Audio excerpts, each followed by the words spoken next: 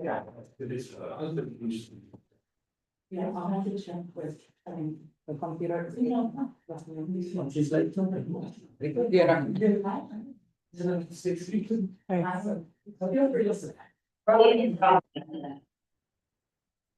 Evening, today is Wednesday, October 8th, 2025, and it's 5:22, according to my plan. Madam Clerk, can you please call roll? Chairman Oscar Vargas, Second. Vice Chair Miguel Sanchez is absent. Councilman Pedro Espinal, Present. Councilor Justin Royas is absent. Councilwoman Ana Vargas. Present. You have 3 present, 2 absent. You have a problem. I want to say thank you to everyone who came today to this special meeting that we have in Public Works. I say thanks to the solicitors, thank you to the policy director.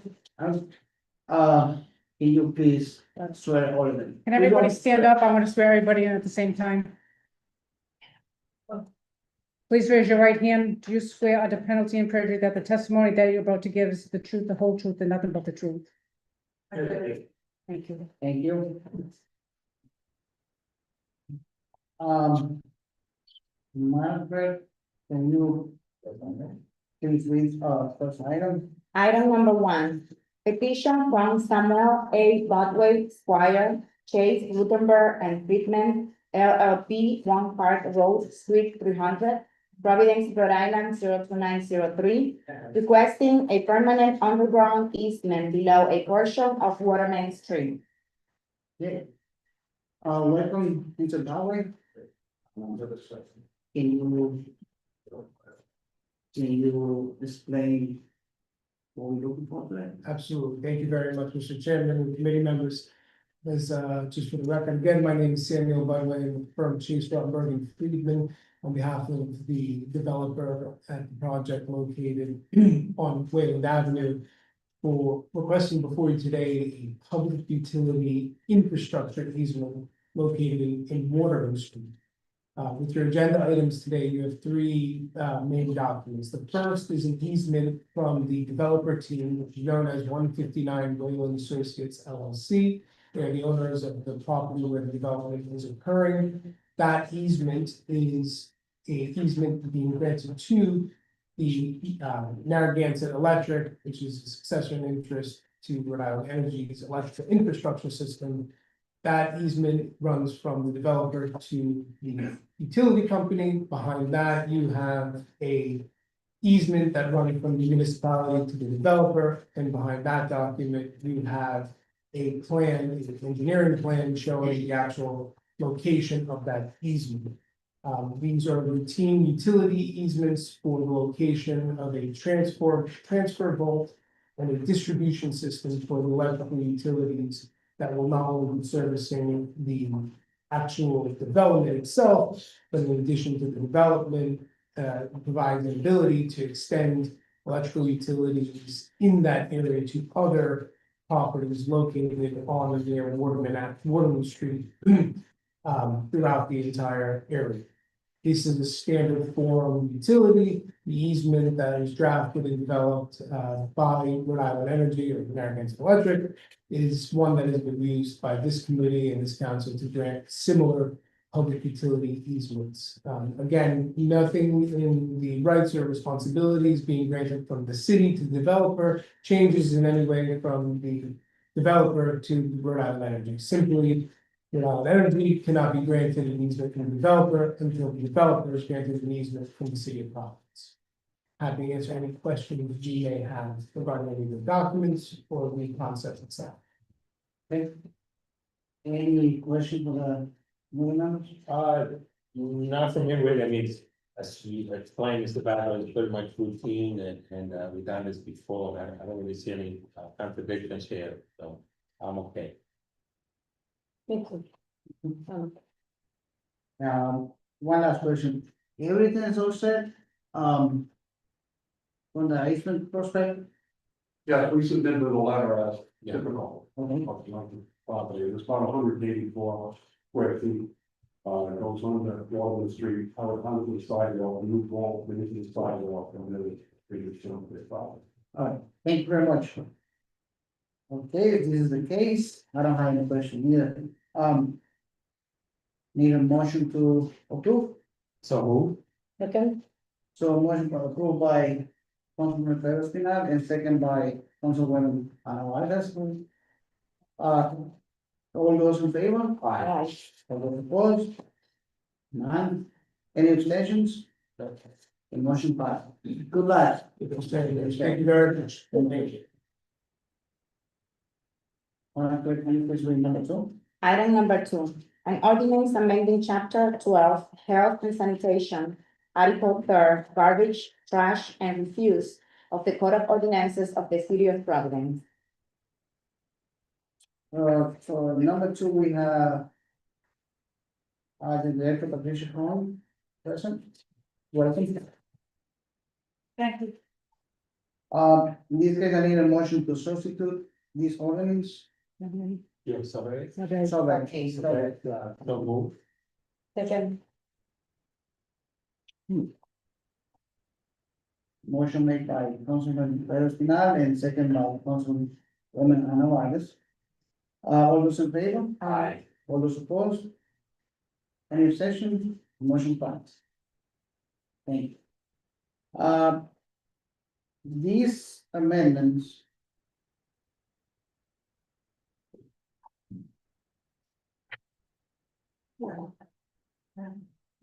Will be a little bit explanation that we have, my finance director to come to.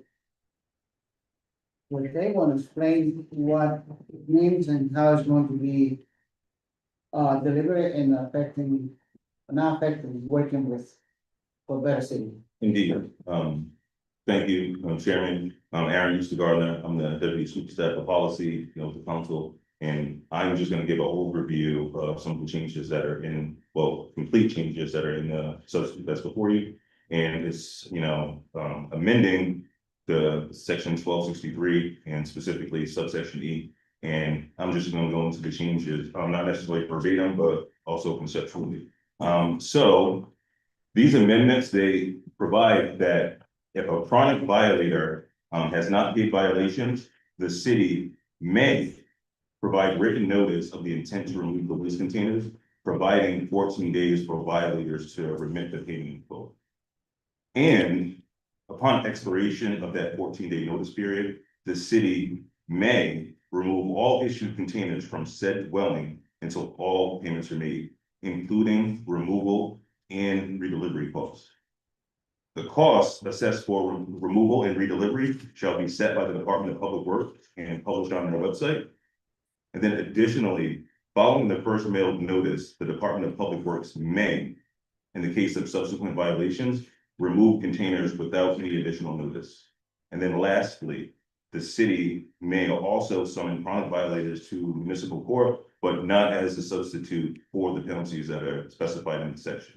And that concludes overall the changes in how to organize, Thank you. of course. So these ordinance, I am the prime sponsor. These amendments, the reason is why we've been having a lot of issues in the city. The people, they don't follow the ordinance. To take the trash carts inside the property, they left it on the sidewalk. Where people are, the pedestrians are walking, handicaps can not go through, they have to jump in the street. Wheelchair that cannot go through there. It's a little message that we have, that's why we're doing this amendment for the property owners who basically doesn't care about the city. And that's why we work at this, and we also call the director of public for Patricia Coyne to explain how this is going to be affected, because she's that director of this department. Welcome. Thank you, Councilman Vargas, Chair Vargas. We don't object to the amended, this piece of legislation. I think the intentions are very good, because as you know, the violations don't really have a lot of teeth. And this kind of gives them a little bit of teeth, a way for people to kind of pay attention to those violations when they get them. I appreciate the discretion that's given to the Department of Public Works to try to work with a constituent where we can. So maybe there's extenuating circumstances that we can try to work with them on, and so it's not an automatic thing. I like the way that it's drafted, that we can give notice. And then, that notice period gives us an opportunity to work with that constituent, and if the constituent persists and we're not making any progress, then we do have that option. In our discretion to pull the ballots, and so, we are in favor. Right, thank you. Any questions on the board members? But I just want to add that thank you for amending it, to add flexibility to the department in case it gives them a choice how they want to proceed and make it more effective. Property owners are not our enemies. It covers 68% of our budget, so I think that any initiatives that we take should be guided and towards a conversation, towards warning, and towards embracing their investment in our city. So that's why I fully support the changes that we made here, but it's not so, you didn't put those in, I'm gonna give you a ticket, and if you don't pay that, I'm gonna remove your funds. So it's kind of like opens it up two-way dialogue, so that I'm supportive of the proposal. Thank you. Thank you. I want to acknowledge, Councilman Justin Boyd, welcome. Yeah. Thank you. Chair, yeah, I appreciate the flexibility, as Councilor Espino was saying. And when I read this ordinance, in fact, similar challenges exist in my neighborhood. And working with DPW in the past, there was a situation, the example I'm gonna provide speaks to why flexibility is so necessary. Is that there were a few homes on Admiral Street where there's in order for the residents to get into their house, there's a huge climb of stairs.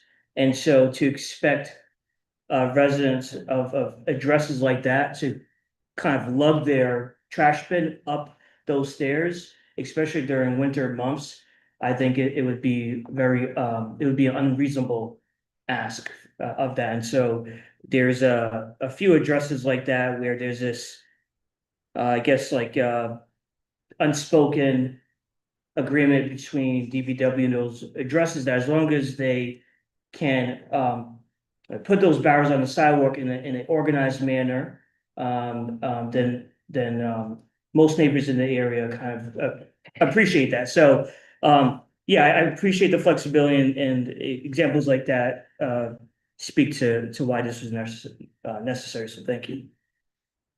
Any other one? No? Thank you very much, Councilman Lawyers. DPW will understand that case, that you won't be able to hold the trash bag, the 20 steps up Yeah. the stairs and. Yeah. And then they fill it out, when they bring it down, we're back in 2 pieces. Yeah. Yes. So. Yeah. DPW inspector will have the knowledge that. Yeah. Will be very understandable. So there's nothing else, can I get entertain a motion to approve? Second. As amended, sorry. So, So moved. Second? So it's. By, motion has been made by, as amended by Councilman Pedro Espinal, and second by Council. All those in favor? hi, All those opposed? Any abstention? Motion passes. thank you. Thank you, Director. Thank you, Alan. Margaret, you please read number 2. Item number 3. Resolution requesting an easement on behalf of the Narragansett Electric Company, a domestic utility currently doing business as Rhode Island Energy, over, under, and across a portion of city-owned land located on Assessor's Plat 111, Lot 92, 675 Lakeville Street. Thank you very much. Do we have any? Hi. Yeah, How you doing? good. This is Taylor Erkman, representing the Department of Public Property. This is the Iglesias Rec Center. We've met recently again, since we last met and had approved the previous easement. Rhode Island Energy went to install pole as the next step in the transformer installation and ran into an obstacle. at the original location of the pole. So they've needed to do a redesign and put the pole onto the property itself, which requires a new easement. All right, thank you very much, and, it's going to be far away from this location from 675. No, it's within the property line, it's 675 in the front, and we have also obtained a zoning variance for this. Okay. Any questions from my committee member? Well, this is my recreation. Yeah, I want my next question, they got you? Oh, no, anything can need as recreation, so I'm being support. Perfect. Okay. So I need to entertain a motion to approve this one. So move. Second. So motion being approved by Councilman Pedro Espinal, second by Councilwoman Ana Vargas, all those in favor? Aye. Those opposed, any extension, the motion passed. Thank you, good luck, good day. Thank you. Chairman. Madam Clerk, can you please read number 4? Item number 4, resolution instructing the city's traffic engineering division and the Office of Curbside Management to inspect all city-owned traffic and parking signage. Okay. This is another resolution that we're trying to work with DPW, we who's representing this department. And I also need a motion to sub this That's resolution. motion made. Motion made by Councilman Pedro Espinal, second by Councilwoman Ana Vargas, all those in favor? Aye. Those opposed, any extension, motion passed, thank you. You have to talk about the substitutions first? Huh? I have to talk about the substitutions first? Yes, we want to have, talk about the certification of this. Thank you, Chairman. As we did with the ordinance previously, we did have an amended version that was probably before you. And honestly, there are just 4 additional clauses that were added, and I'm gonna, summarize them, for you, so you understand some of the changes. So be it further resolved that the Department of Public Works is encouraged to conduct such inspections whenever practical during or immediately following rainy weather conditions to best evaluate visibility. Also, be it further resolved that the Department of Public Works shall provide a status update to the Providence City Council within 6 months of passage of this resolution, and the second update within 12 months of passage. Be it further resolved that all inspections, repairs, and necessary corrective actions described be completed within 18 months of passage of this resolution. And then the last addition is, be it further resolved that following completion of the initial inspection and corrective actions, the Department of Public Works shall, to the greatest extent practical, conduct similar inspections on an annual basis moving forward. And that concludes the 4 clauses that were added to just add details to the resolution. Okay, thank you. Thank you. Welcome back. Thank you. Got you again. So this, another resolution that we try to work with DPW is that we see a lot of faded signs that they faded out and location that we missing signs like a one-way sign, do not enter sign. And the best way is for this is to create this resolution for DPW to find out how they can get this job done. Because it's insane that we as part-time workers, council people, we don't have the time to go around and inspect every single location. And if I ask you how many signs we have, I'm sure you don't have a number. We got a good amount. That's why we work on this resolution or this amendment of this ordinance. We give you 18 months. 18 months to do the whole job. In the first 6 months, we will meet again and say, look, this is what we've been doing so far. We are up to here. And I would like to get name of the streets, wards, or districts, and location. And hopefully I can get, say, okay, we replace so many stop signs, we replace so many one-way signs and do not enter sign, all those. And I would like DPW to get like when we place an order 500 for each count. like 500 do not enter, it's the same do not enter sign all the time. It's the same stop sign all the time, you can order 500 pieces and keep it there in the back. Yeah, they're on the road. 500 one-way signs. Also, you can order 500 handicap signs. The same color. So those are the signs that we never changed. The look and the way how it's. You know, hopefully, I don't know, one day we'll ask, oh, can you put that in Spanish? No, this is America, this is stuff. That's it. You know, we're not getting wrong, all the language in it. Standard. And I don't change it. I don't change. It's a stop sign. So, and that's why we're trying to work with this new amendment. And do you have any concerns about? I do, and so first let me say that I do share your concern, I understand, I mean, it's a big city, there's. Signs that have been up a long time, and as you say, some get faded, some get graffiti, some aren't there. And certainly that's when I would very, very much encourage a 311, or text me, or call me, I mean, you can always do that with me. I did bring our traffic engineer Nate Urso and our curbside administrator Melanie Jewett with me as subject matter experts, but before I ask them to come up to answer any specific questions, I do want to express concern with what I think is a very well-intentioned, good idea, with our ability to execute, because it's essentially an unfunded mandate. There are over 10,000 signs in Providence, and we're not just talking, I mean, in your remarks, you limited it to 4 different kinds of signs. Maybe we can talk about that, because those aren't only the 4 signs that are in the city. There's signs for everything, plus all the street signs, all the memorial signs, all the directional signs, no turn on red, everything. And so it's tens of thousands of signs or thousands of signs. And that's also at a time when our workload in this particular division, these 2 particular divisions, has really seen an uptick in the last couple of years.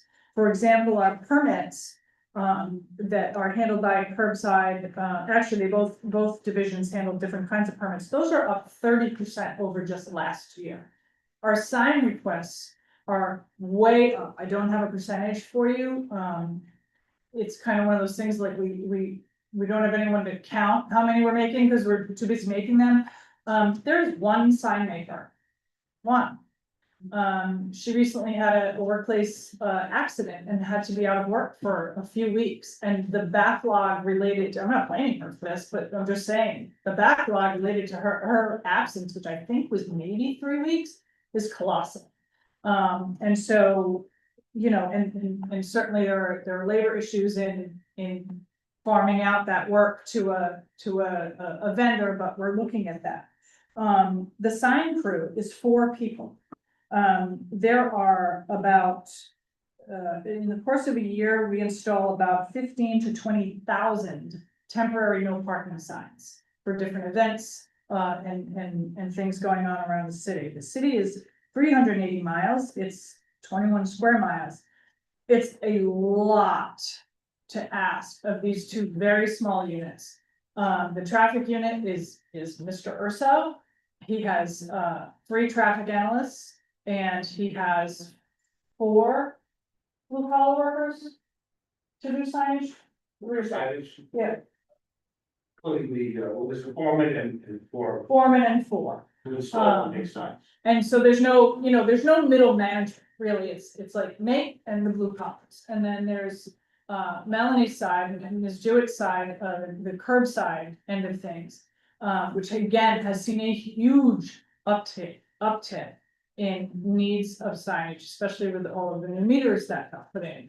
She has a sign crew of 4 people. I have 3 people. Can you please come to the table, Melanie, and the Yes, next? 3 people. So it's Melanie and 3 and the 3 blue collars. That's it. And so while I absolutely respect and understand the concern, I would not be doing my job if I sat here and just said, okay, we can do that. We can get you that report in 6 months, because truly, I don't think we can. All of you, I'm sure, have had the experience of calling me or texting me or putting in a 311 for a sign that you want that doesn't exist right now where you want it installed. and how long that takes. And it doesn't take a long time from the request to the installation because these people are lazy. It takes a long time because there's so many in the queue. And because so many things have to happen before a sign can be installed, it has to be dig safe. There's all kinds of backlog involved in just installing a sign. And so to be able to go through the entirety of the city with the staff they have, they would have to do nothing else. And I'm still not confident that it could get done in 6 months. I think that without a real infusion of additional resources, I'm very concerned about our ability, and I feel like it's my obligation to raise those concerns so that you know, going in, that we have some very serious trepidation about our ability to do this with the current resources. Thank you. That's the case. Any questions from? Well, I had a question, but I I'm wouldn't. sorry, Councilman. Is that? Go ahead, Councilman. Yeah. Sorry. I know the engineer of traffic always worrying when they put in some sign, because the wheelchair has to pass. When you wanna do is a sidewalk, it worrying because you have to put in wheelchair, but what I see in my work in Hartford Avenue, put it in the middle of the sidewalk. One traffic, and the wheelchair can pass, because this area, the Ida and Lugo, he have a commercial que sell some food, and I see the struggle when they have the wheelchair que wanna go there, because and here in the middle of the sidewalk, it had a traffic sign. What type of thing? Yeah, it's a for, you have a light, you have a school, I have the, you know, it's different, yes. Access to school? Yes, so but it's put in the middle, and that this the sidewalk, in the bin in the middle. So it's the wheelchair not can, and It's it's the real position of the sign. in the position the sign is Right. in the, yes, because this area is very traffic with the school and also with the commercial que have ahí, the bodega or, you know, grocery. So this is not good to put in there, and also it was the new sidewalk. So sometimes it's worry when we want some work, cause you know, be fixed, or it's not good because you don't have a mouse space, and then you put in the middle. This is take a time to people walking with a wheelchair. That's my concern. Is there a particular location or is that? Yes, particular location, Hartford Avenue. It's close to Ida, because that's my street, and Lugo. Is this is in the between, and also that's the school can have it over there, so people have the traffic every moment, and this is Yeah. valid for the wheelchair. Is that, you know, is that one of those big speed camera signs? I. Yeah. I, So I mean, I think I had the we picture. can take a look at it. It could be a number of reasons why we put it there. They're very big, so. You have to make sure that they don't stick out to the road, so it depends on the width of it, so we'll But I don't feel well over there because. take a look. This is the school traffic and also the grocery, so many people walking there, and also the wheelchair because he sells some food. And then go there, and sometimes have to be down to the street. So 1 year on Laurean. No, it's not, well, Lauderdale isn't there, but it's Ida Street and Lugo. The yellow grocery, Alright, and also the school, when the people pass every day. Councilman Fair. That's my concern. We'll take a look at that, and I'll get back to you, Councilwoman. Okay. Yes, thank you, Mr. Chair. Well, I'm glad we're having this conversation, but I never, no idea there was so many thousands of signs. So when I looked at the resolution, I said, oh, that's an interesting resolution. But I did not know that it was so many signs. What kind of system do we have in place now? Is it, do you just get the request from us as we call it in? Or the 311? We don't have, you don't have anybody that just drives around, right? And look at the signs that need to be replaced. It's just per request that they all come in. It's very, I'll let them expound, but it is very reactionary Yeah. because of the resource issue that I would love for us to be able to be more proactive. This So- resource issue, go ahead. Yeah, I think the director mentioned that in the last year or two, there's been a real uptick in the requests. So in previous years, we've done some surveys in the last 2 years. But it's really when we're so inundated with requests and filling those, there's not a lot of breaks in those requests. Or amounts of requests to do those surveys, but in previous years, we've done in some years quite a bit, maybe gone through the city, once or twice in a year. It depends on the amounts of requests, because you have to, address those with installations, and then in previous years, there's been breaks in those amounts of requests, we could go out and do these surveys. So you'd be able to produce a report within 6 months on the work that you've done, on all the signs that have been repaired, what was requested, but not in projecting as to what should be repaired, because it's just is way out of your range, really, because you don't have the manpower to go out there and do a general inspection of the entire city. And I don't know what good that would be if you're not gonna be able to respond to all the signs that need to be replaced or repaired, because you don't have the manpower. Yeah, I mean, you have two tasks there, you have the survey and the actual installation of all those, so, I mean, if we look at the workload we have now for actually requests coming to us, it would be tough, but, there may be an opportunity in the future, but there's no, Okay, so it sounds like you need to expand your department by how many? One each? One for Nate, one for it's Melon? to satisfy the survey and the installation of all missing and signs that we just about replacing kind, missing, evaluation would be a little bit more, whether, okay, should it be a 2-hour parking sign here or more parking signs? So it's tough to say, because the amount of signs that need to be is really it's a guess right now. We really have to, it'd be tough to say how much is it to actually do the survey, but it would be tough to say how many people we would need to expand to actually do a full survey and follow it up with a full installation. Yeah, I would spend time on actually expanding the department and seeing Yeah. exactly what the additional personnel is. It's only gonna get bigger every year, it's gonna be more demanding and no one should be overworked. We do better when we're more effective, and the only way to do that is gonna be to have enough people that can do the work. Yeah. Thank you. Councilman. Thank you, Chair. The only comments I have is, Chair, I appreciate the spirit of this, but whenever I like, for lack of better words, harass DPW, I'm always like, before I send that email out, there's a level of part of me that feels guilty, because I realize that my micro is their macro. And I want to reach a place where it's this budget season coming up where we are just giving you, especially the traffic division, resources, man and woman power to make a dent at this, because I get it, and this is reasonable frustration, but I think it's part of a under-resourced division, and I want to try to correct that. Maybe it's not in one budget cycle, maybe it's a commitment that we do in several, but we're chipping away at that.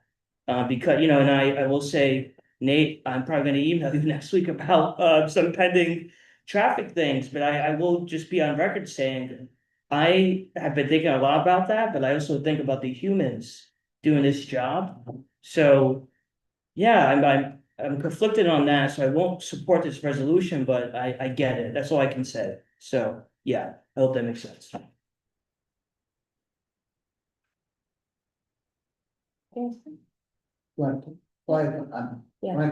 Do you keep the data for each ward? For example, my ward is 7. So how many signs you have, how many staff, you keeping that data? You mean how many signs that we Yeah. installed in And each so ward? and replay, because she said it's a lot to put in the whole Yeah. time. So, So, because that sign sometimes is keeping in years and years and years in every place. So you keep any data for each ward? Ward 7, we did X number of stop signs in last year. Well, it's something we haven't done in the past, but we do currently have an digital work order system, which we could use that mapping feature of that somehow, to do that. And actually see how many signs we did in a certain area. We'd have to set that up, but there's a possibility to do that, so. But when I mentioned it in previous years, I mean, right now, like I said, the current situation, there's so many requests, we really haven't had time to do surveys, but in previous years, we used to do. Because there were more breaks in requests, we used to do surveys, and we used to do it by ward. And we, sometimes we would get through once or maybe even twice. Going through a ward in a year, so that's where we would break it up, but. I think we have the ability to with this digital work order system to break up the amount of signs installed. We need to set that up a little bit with that system, but we can do that, so. And how much it cost for all these signings for each ward? Do you think it's a lot, it's a less, or you need more people to help over? It's difficult to say, because you really have to do the survey to see how much is missing and need to be installed. I mean, our sign materials budget is about $70,000 a year. But this would certainly, if we did, it'd be much more than that. Much more than that to do it with I asked- citywide survey. It's difficult to say the cost, because you really have to kind of quantify how much is missing and needs to be replaced and so forth, so, it would be, tens of thousands, hundreds of thousands. Thank you so much. So, Chair, Sorry. I'm sorry. if I may ask one question, Go ahead. I don't know if Dorothy might be able to answer this, or, aren't, without getting into personnel, like matters, but are there any workers in your division, or related to signage that are on leave or injured, or is it just, Yeah, without getting the actual personnel, yes, but, their position is backfilled. It's presented as an opportunity for someone to bid on, because it might be more money than they make doing something else for DPW. But they take that position knowing it's temporary, subject to when the person comes back. okay, so So if there's a vacancy, it doesn't seem vacant. got it, thank you, We fill it. perfect, okay. Thank you. So on curbside department, I know the curbside has the meter check, that the meters responsibility to check those meters. Are you done with that project? Replacing all those meters in the city? So all of the meters have been replaced in the city, but we collect from several hundred meters every day. So my team, the blue collar employees who work for me are, their job title is meter maintenance person 1 and meter maintenance person 2.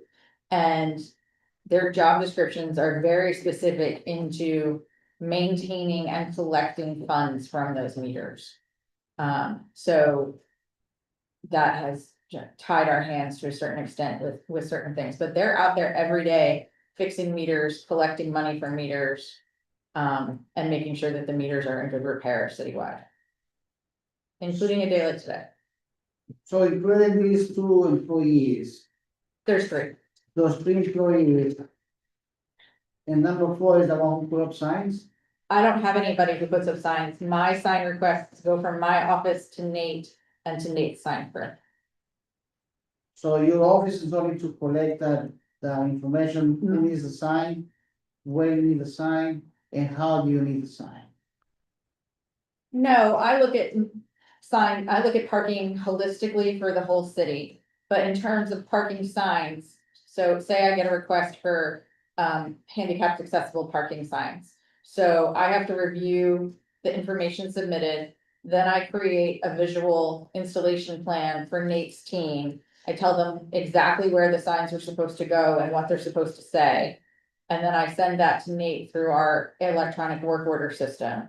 And then Nate goes through all of my sign requests along with all of the sign requests and emergency sign requests that he gets. And creates a work queue of how things get installed in what when.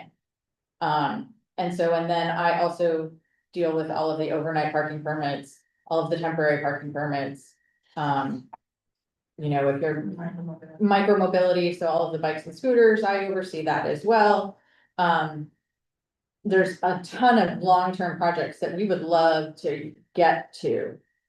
But our day-to-day is focused on keeping the sign requests under control.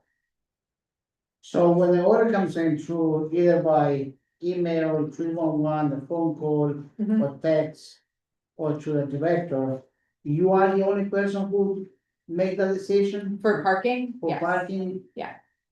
Unless it's a major significant change, like so.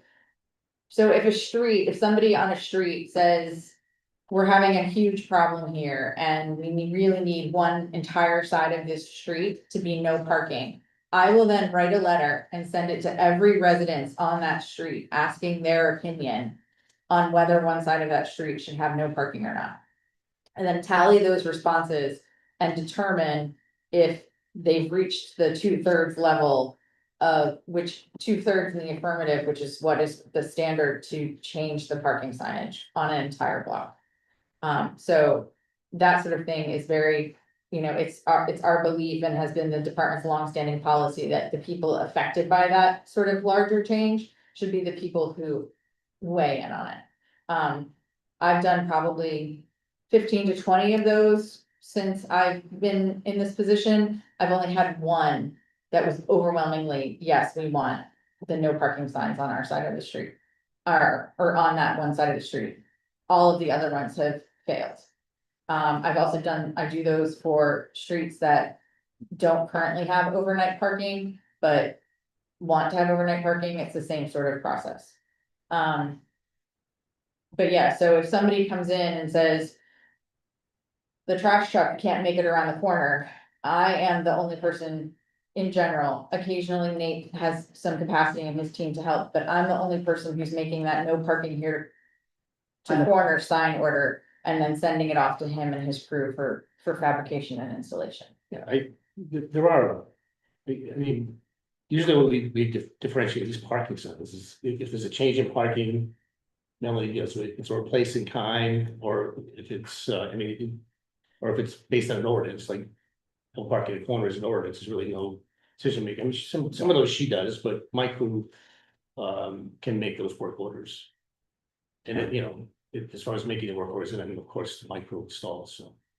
Because But this, there are other people that are getting sign requests, besides Mel. what I'm trying to figure out is like, if this is like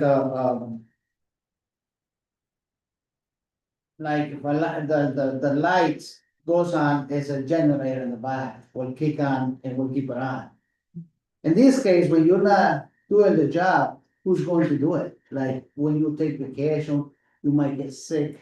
So this department is always on, like everybody, every day, people have to do something every day. Between you two, you make the order, he go for it, then another day you got another phone call, I need you to sign that, sign here, sign there. But my question is, who will do the job when you're not there? So I actually was out for several weeks earlier this year. And the running joke with me and a few people in the department is that my absence gave Nate and his team time to catch up. And that, because we kept talking about that we had this sign installation backlog. And I came back and they're like, oh, we're all caught up. And then I immediately gave them work orders for, you know, like 150 signs. And I went to Director Poinfeg and said, it's me, I'm the problem, it's me, I'm causing the backlog by doing my job. So when I'm not there, we try to divvy out my responsibilities as much as possible. But everybody else that they're getting divvied up to also has full-time responsibilities already divvied up to. So there were things that admittedly didn't get handled while I was out and that I took care of as soon as I got back. But yeah, there needs to be more resources so that we can have redundancy, absolutely. Go ahead.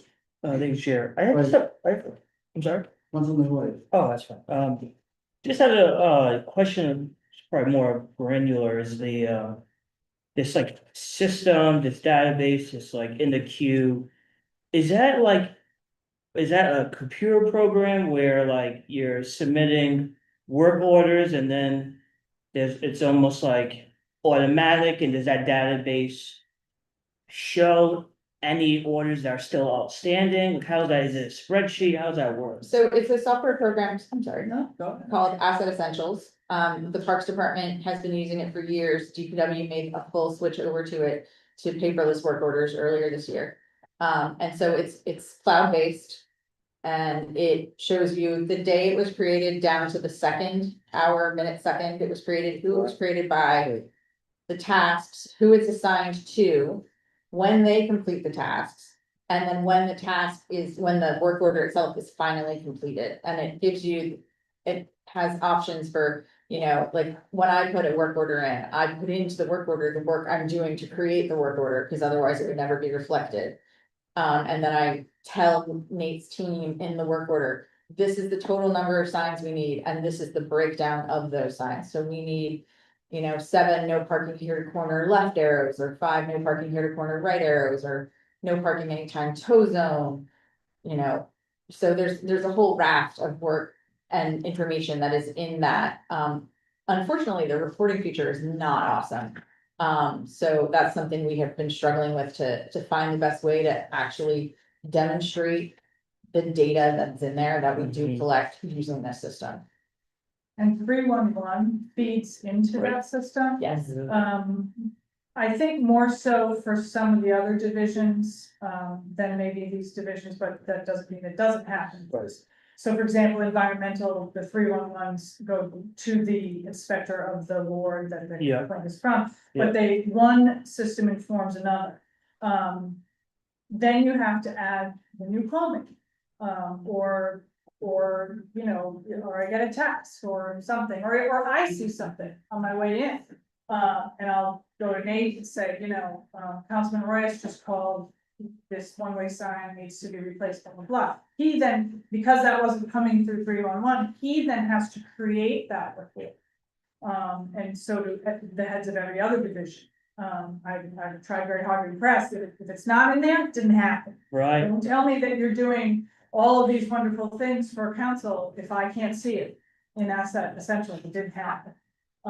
But Melanie's point on the reporting aspect is correct, that it's still very much a work in progress. So I would love Councilwoman Vargas to be able to push a button and tell you how many signs we made last year for your ward. I don't know that the system is there yet, but that's the goal, to be able to have a really robust system that shows us all that we're doing. It's good to have that, because for me, where the money go, with how many signs you do it, you know, the years and the week, you know. That's related. important for you. This is yeah. a get a balance, if we need more people, if we need anything that we need, so we can have the information. Because you say it's 1,000 for the whole city, I understand, but how many in my work, how many in their work, for not everybody doing the same thing. So that's my question. So, go ahead, Councilman. Roy. no, I just, about the, Asset Essentials, is it like, so, do we need like a tech vendor to kind of make the programs speak to each other in a way that They do. you, They do, so 311 feeds directly into Asset Essentials.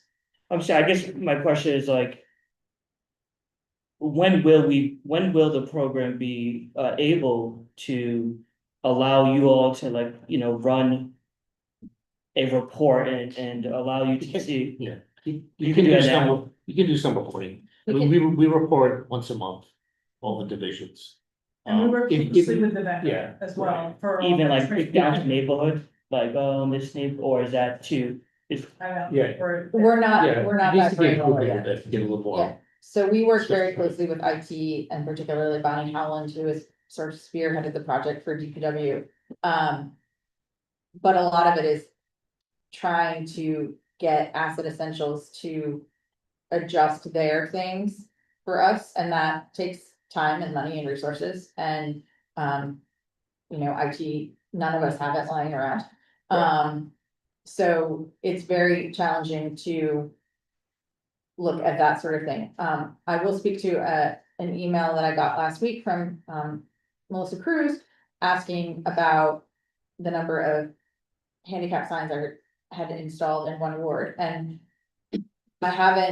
we don't track it by ward because overnight parking and handicap parking is enforced via police district, so that's what we asked for. So I'm gonna be working with our OpenGov vendor, because our handicap accessibility requests come through OpenGov, not 311, to say, you know, can you add ward? But also, there's a lot of people, no offense, with full respect, that don't know what ward they live in. For sure. And so it's easier for them to look at a police district map because they cover a larger area. So the police districts are larger, but the data isn't as granular. And then there was also a question as to whether we ever go through and remove handicap signs. We do go through and remove temporary signs if we're told that they're no longer needed. We check in when that handicap placard, temporary placard expires. And I have found in my tenure that families or people who have had signs who don't need them anymore are really quite responsible about calling and saying, you know, my mother has passed away or she's moved to assisted living. Wow. And we, you know, we're selling the house, we don't need the signs anymore. That said, we don't necessarily want to be the people going out and saying, are you still disabled? Do we need that? Do you need that sign? The optics of that admittedly are not good. And, you know, so that's not something we have traditionally done. If we get a complaint from somebody saying, hey, there's these handicap signs on my street and nobody's lived there forever, you know, we can check and see if we have current information and we can check and see if they're still needed. But, you know, it's not something that we're routinely going out and saying, hey, you don't need those anymore. And then we also do a lot of education when we do signs like that to tell people that this sign is in front of your house because you requested it, but it is not reserved to you. Anyone with a valid placard can use it. And some people don't like that, but it is what it is. Yeah, that's another point I was going to ask you here. The district, the police district Mhm. covers almost 2 wards. Like Yeah. my district 5 covers Ward 7 Mhm. and part of Ward 6 and Ward 15. Mhm. And for somebody to have an overnight parking and can park anywhere, it doesn't quite look good, because if I live in Manton Avenue and he get the overnight parking on Webster Avenue, and then he's gonna be overnight parking in Manton, it's disturbing the other community because he has an overnight parking. It's something that we have to do with this type of like area where they can cover. We might have to make it like a shorter, go by 1,000 feet or 2,000 feet around the property. That will be the new step that we will take in this overnight park, because they are using. I think we'd have to look at that very carefully, sir. I would. Because I think that when enforcement is based out of a particular police district, if you're making the areas smaller where people can park, that may end up having certain areas and certain streets covered by 2 police districts, and that could make enforcement very tricky. We do have some major streets in the city that one side of the street is in one district and one is in the other. And it can make things complicated. But I think the thing to remember is that overnight permits, just like handicap accessible signage, they don't reserve you this spot in front of your house. And that was never the intent of the program. The program is to allow people who don't have other options to park on street, but it nowhere in anything has it ever said, you get the space in front of your house. Because think about our multifamily buildings. Providence is a city of triple deckers. So there's only 1, maybe 2 parking spaces in front of most triple deckers. So to say that people can only park within a certain distance, or that, they get the space reserved in front of their house, there's literally just not enough spaces in front of everybody's house. So that's why people can park in the full district, and also, you know, like, if I'm visiting a friend and, you know, I park in their driveway and they park on the street, but their neighbor is parked in front of their house. It's also just part of living in a city, like, we can't expect that we're always going to have the parking space in front of my house. It's just not feasible in a city of Providence's size. I mean, and I get the frustration, I live on a street that has a school on it, and there's always people parked in front of my house for drop off and pick up and soccer and everything, you know, and sometimes you really just wanna be able to like zip in and zip out, but it's just part of life of being in a healthy, thriving city. That was something that we will review. Councilman Fortuna. Thank you for the clarification on that, because I did have someone that proposed to me to do legislation around that. It basically, it was something in the sense that to be able to reserve this spot in front of your house. And I said, are you talking about privatizing public property? Because I don't care what you judge for that, it belongs to the public. I was not as elaborate as you, but I knew that it did not sit well. Parking is kind of a passion project, so I talk about it a lot. But yeah, no, I appreciate that. It is absolutely, and reserving it in all but the most extreme outlying cases is privatization of public property. And are they gonna pay property tax on that part of the road that they're parking on that nobody else can use? The next question is from Nate. Nate, how many people you have in your crew? You mean by crew, you mean, The crew that who goes out and put the signs up? yeah, there's a foreman and 4 sign maintenance persons. So former work? One makes the signs and the 3's. So one dig the hole, the other one put up the signs, and the former just watch. Well, he actually, I mean, in practice, he actually does do some work, so. You got 4 or 3? We have 1 foreman and 4 traffic sign maintenance people. Total of 5. Yeah, so one makes the signs and then the other 3 install along with the foreman, so. For future purpose, you need, I'm sorry, Director, So I was gonna say, so only 3 are installed. Yeah, those are 3 installers. Yeah. For future, you need another person in that crew. I say yes, well, like, yeah, I mean, I'm sure we can keep them busy, yeah, I mean, it's, because if in case one gets sick, you gotta. Yeah. Another, right? there's certainly. Because Yeah, I see the 2 departments, Melanie takes the order. She review it, she fix it up, right, and then she send it to you like a work order. For you to execute the order, right? Right. Sometimes I call you too, and you go back to her and then. Yeah, I mean, there's some collaboration, sharing. Collaboration and Yeah. the two group. So. This is the idea I have. Any other more question? No? Alright, this is the idea I have. And this amendment. Let's focus. On stop signs. One-way signs. And do not enter signs.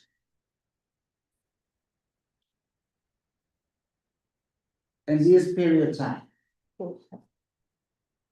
The 3 most important stop signs, do not enter in one way.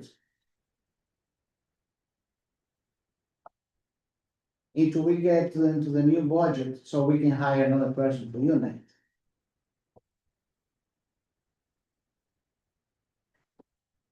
Right? I need a motion for these 3 items.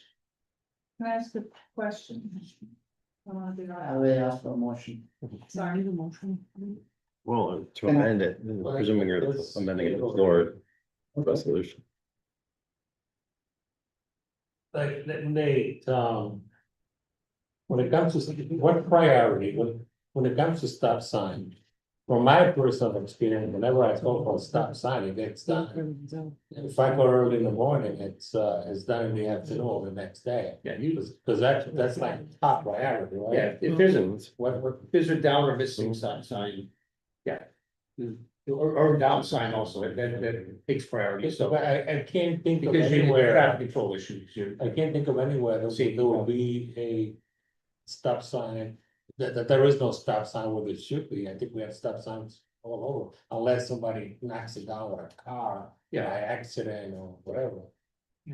Yeah, I mean, Or unless they make graffiti over. yeah, there's graffiti, I mean, on occasion they steal them. So what are the most important signs? A stop sign and one-way sign? Yeah, I would say that those are the most critical in terms of, traffic safety, 'cause people, they could drive the wrong way and stop signs, yeah. I'm good. Good? Yes, solicitor, I've sort of briefly amended the amended resolution. I want to read the paragraph that I amended that I think reflects what you are proposing. So this is in the now therefore be it resolved paragraph. It says, now that therefore be it resolved that the Providence City Council directs the Traffic Engineering Division in the Office of Curbside Maintenance to inspect all city-owned stop, one-way, and do not enter signage, ensuring each is clearly visible, properly installed, clean, and in good condition. Does that reflect what your intent is? that's my thing. Okay. Motion to approve.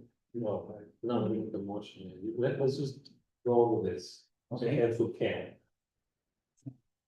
How does that sound to the director? Does that sound like something that? That can be achieved if we reduce it to just the stop sign, do not enter, and one way? Is that something achievable Oh, within the 18 months? What's your opinion? so you can see me asking some questions here. So Nate has a team of traffic analysts and a team of sign install people, a team, four people. I would, because there have been labor issues in the past between Melanie's blue collars and Nate's blue collar workers, where they don't have interchange, even though their job descriptions are so close to each other. There's been issues about overtime, one taking overtime that belongs to the other. And knowing that history, I would want to be really careful about knowing whose job it is to do this sort of inquiry. Excuse me. So would that be a traffic analyst job to go out and do that sort of survey, or is it the sign crew? I don't know if you know off the top of your head, without looking at the two job descriptions, so I wanna be really careful. Because, as I said before, I don't mean to beat a dead horse, but they're buried already with work, and it's not, we haven't even talked about things like crosswalks and speed bumps and all of, speed cameras and red light cameras and all of that work that Nate's division does. The signs that you mentioned would limit this work solely to Nate's side of the house. Because it's not parking related. It's movement related. So I would need to, I would feel very uncomfortable as I sit here right now saying, yeah, we could do it, no, we can't, without really digging into more of what the quantity is, right? I'm trying to be helpful, I'm not trying to be obstructionist, it's just that I don't wanna mislead the community into saying, okay, this is a good halfway point, we can get this done, without me asking some more questions. And frankly, I'm pessimistic. Knowing what their workload is, I'm pessimistic. I appreciate the fact that we try to limit it, I'm still pessimistic.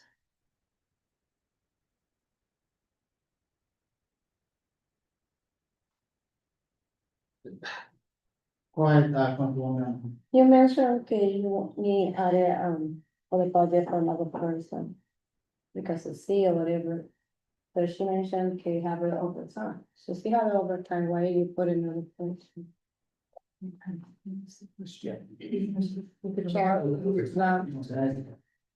That is a concern. The concern of the director is that she don't know which department will take over to inspect these signs. She has to go back into DPW with the books and find out who's in charge to go out and tell, look, this department is in charge to inspect all the signs. So that this person will inspect, will say, Plainfield Street sign needs to be replaced.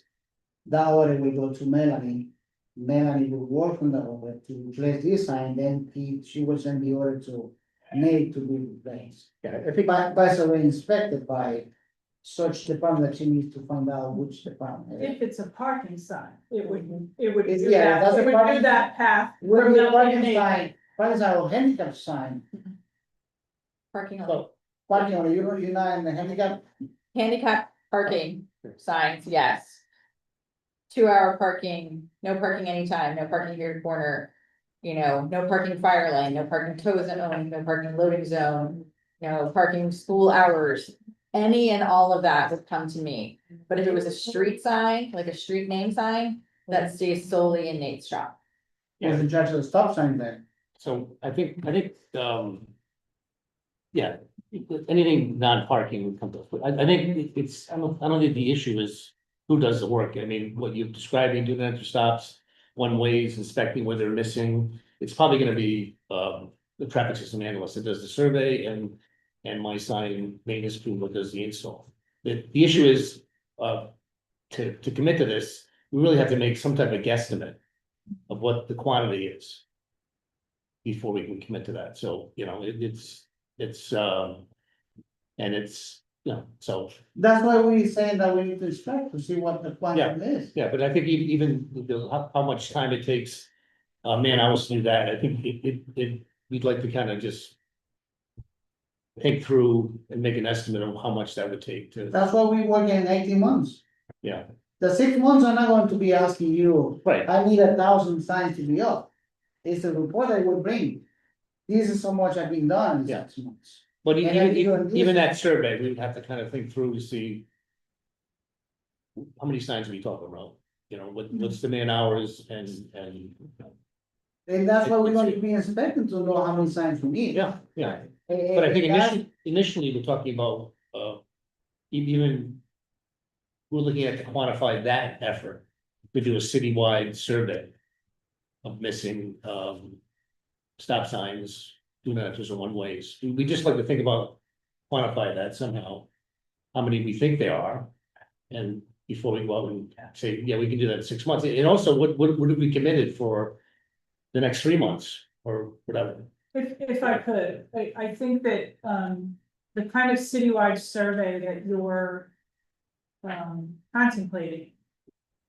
Given the resources here, it might be amenable to some sort of, I don't know, contract for a vendor or company to do that. I'm only saying that as a possibility. I don't know who would pay for that. I don't know where that money would come from. I don't wanna get yelled at when I walk out here. My boss is gonna kill me. But I mean, it's because of the very, I think Nate's trying very hard to be accommodating, but the reality is his traffic analysts are already completely buried. And so this would still be, even though you've carved it out a little bit, it would still be a whole lot of additional work that they would have to be doing, and I'm not confident in their ability to get that. And we all respect Rector, that's why we put in this amendment. And then in 6 months, we will come back and say, look, we couldn't do it, we had so much time. Then we open the door and we have to subcontract out. And then we will find out we couldn't do it, we We did just this. don't wanna waste your time, you know. We are not wasting my time, I'm working for my constituents. Mhm. And trying to do the best for the city. And this is a new idea for DPW to start working on this going on issue that we have. Mhm. If that doesn't work in 6 months, so you will say, with all due respect, Chair, we need to subcontract this out, then we start looking for the money. Then we start thinking, okay, how are we going to do it? And go from there, because I'm not going to penalize DPW because they don't have a report in 6 months. But it's a beginning, somewhere we have to begin. Somewhere we have to start. And now we find out is the division of Nate. The engineering division who's in charge of this area. And that's where we can start. And if I may, Mr. Chair, Go ahead, Councilman. I think that we're both, we're all on the same page. At least in the same book. So. they don't wanna commit to this. For one, because of the size, the work and the size of responsibility that the resolution implies. A thousand assigned, Providence is a very big city, and obviously. With the workers that they have, they're not gonna be able to assign one or two people to do that. So that, it sounds to me like, how do I engage into another responsibility that we're not prepared for, which is acceptable, I mean, that's the way it is. But what you're saying is that is what the 6 months are for. So basically what you're saying is, we can enter into this resolution, but I'm not holding you to it. I'll give you 6 months for you to let us know whether you can do it or not, whether it should be subcontracted out, and whether we can work with this. Is that what you're saying? That's what I'm saying, that's It's what. not- You're not gonna come back in 6 months and say, well, I wanted to report on this and this and this and that, you didn't do it, you know what I mean? It's that, because if I was to say, why don't we continue this so that we can look further into this and see whether we can commit to it or not, and whether this is something that we can work with or not. You probably say, well, yeah, we can continue, we'll be back next month or in a couple of months. But you're saying they're getting 6 months anyway to do that, so it's. That's correct, it's getting 6 Because months. they did a binding resolution anyway. That's correct, like, that's what we got it down to, stop signs, do not enter signs, one-way signs. In 6 months, we'll come back to the table and we'll say, okay, this is what's going on. And the report will say, okay, we're trying to do this, and we find out we don't have the manpower. Or yes, we find out that we can do it, but we need more time than 18 months. And you always have that window. So it's basically a resolution to start a conversation on this, which is very important. Basically a resolution to start a project. It's not a project, but like, I'll give you 6 months, you develop a team, come back with the results. Because it's basically, it was impossible without having a plan. Correct, it's like, the engineer may also say that it's impossible because we don't know how many we need. We don't know how many hours we're going to use, we don't know because we haven't started. But while you have the resolution, and you have 6 months to start working on it. You will find out how we can make it better in 6 months. And see if we need to hire another person, or we need to leave it out for bidding process. Go ahead, Councilman. Chair, I do like how we're narrowing the focus a little bit. I think, I'll just say this publicly is, I'm more interested in meeting more frequently as a committee. And that's part of the requirement, bringing in DPW, which I know that's probably, they would prefer to be doing other things. But I'm, the reason why is these projects that are well-intentioned, require, like, if we're gonna ask them to do this, I feel like there's benchmarks that need to happen, like check-ins, where we bring them in and we ask just for a progress update, right? But in between that, I really want to go on this genuine journey to figure out, as the budget comes up again, I really want to figure out how many staff members they would need to take on something like this, so that we could give them the resources when it's time for that. So I mean, I don't, that's because this is a resolution. I'm being cynical here.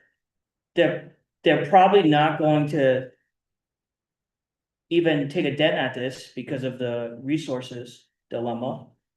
So I think we should have a good faith effort in trying to do that.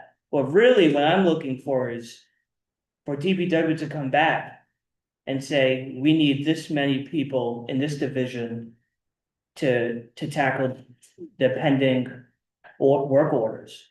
And I'd like to do that well before finance starts meeting about how many folks, getting into those intense budget conversations. I do feel like that's within the scope of this committee, is to ask DPW give me a number on the number of staff you need to tackle this. or to make, even half progress on this, so. That's where I feel like the conversation needs to happen. So that's my 2 cents, and again, I wanna just reiterate, I feel like we're meeting as a committee very. Very sparingly, and I think we need to have more frequent meetings. And I think if we have more frequent meetings, the agenda will actually be shorter, and these conversations will be shorter. Because. Just off the strength that we're meeting more frequently, and so that's my 2 cents. Thank you.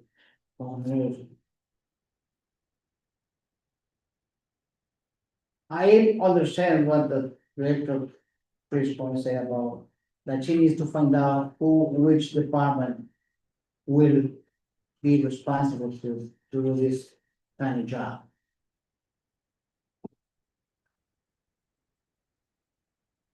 So I have a motion on the floor. Can I, solicitor?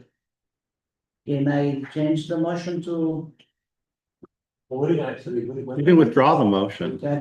We're not even- Well, it wasn't. Wasn't so That's fine. Alright, You have something to put in? because I was I can talk. Karen. thinking. That I see DPW needs more time to think about it and figure out this new resolution that is in the books, or is in the books. Come on. I would like, but I just would like to add, I think that Michael and Aaron, if this council seat or this committee is pushing towards asking for a shorter term status report about what kind of personnel they need as opposed to taking on the work that's needed to do this, just trying to understand the concept. Maybe that's something that, again, Michael and Aaron can work with DPW and creating a new resolution that could maybe have a shorter time frame because there's not actually people doing a ton of stuff, but they can come back to this committee quicker. right. That's why I was mentioning we can continue it. For the study. And then in the meantime, DPW will work. To figure out how they can, how many people they need, or what resources they need, and how time they need to work on this. Men, It's an initial conversation, and it's a good one, and it's one that is needed. So now that the records are here, and they basically know what we're looking for, I think that it is prudent to just have time for them to digest. Think about, revise the department and see what they can come up with. I don't see any reason why we can't just continue until they come back to us and we can have continue the conversation for a better idea. So we'll know. all right. Are you okay with that, Director? Yes, sir. Alright, so I will ask for a motion to continue. Is there Motion to continue. second? Second. Well, the motion was. Done by Councilman Perez, second by Ana Vargas, all those in favor? Aye. All those opposed? Any extension? The motion passes. There's no further business, I need a motion to adjourn, So move. motion. Done by Perez, Councilman Perez, and by Mrs. Ana Vargas. All those in favor? Aye. All those opposed? Any extension? The motion passes. Thank you very much. Thank you. I have to ask.